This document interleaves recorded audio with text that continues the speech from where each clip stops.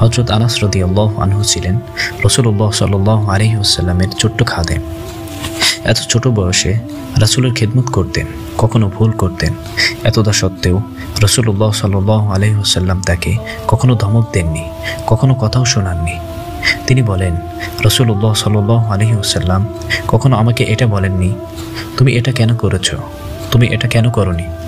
রাসূলুল্লাহ সাল্লাল্লাহু আলাইহি ওয়াসাল্লামের ইন্তেকালের পর তার হৃদয়ে এমন দুঃখ বয়ে গেল যা তিনি কখনোই মানতে পারতেন না।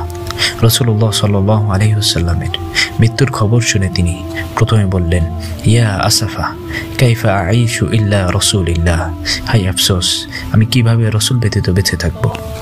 তিনি যখন ঘরে বসে থাকতেন নীরবে অশ্রু গড়িয়ে পড়ত, মনের অজান্তেই বলে উঠতেন, লা আস্তাতিউ নিসিয়ানাহু কুল্লা শাইইন ফি যিকরি, আমি রাসূলুল্লাহ সাল্লাল্লাহু আলাইহি ওয়াসাল্লামকে কখনো বলতে পারবো না, তার সমস্ত স্মৃতি আমার সাথে জড়িয়ে আছে।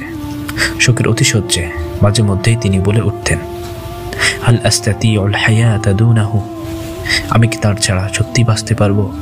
প্রিয় ভাইয়েরা, অনেকের মনেই বাঁচে যাদের মৃত্যুতে চাকররা খুশি হয় তাদের আখলাক, চরিত্র, আচার ব্যবহারের কারণে।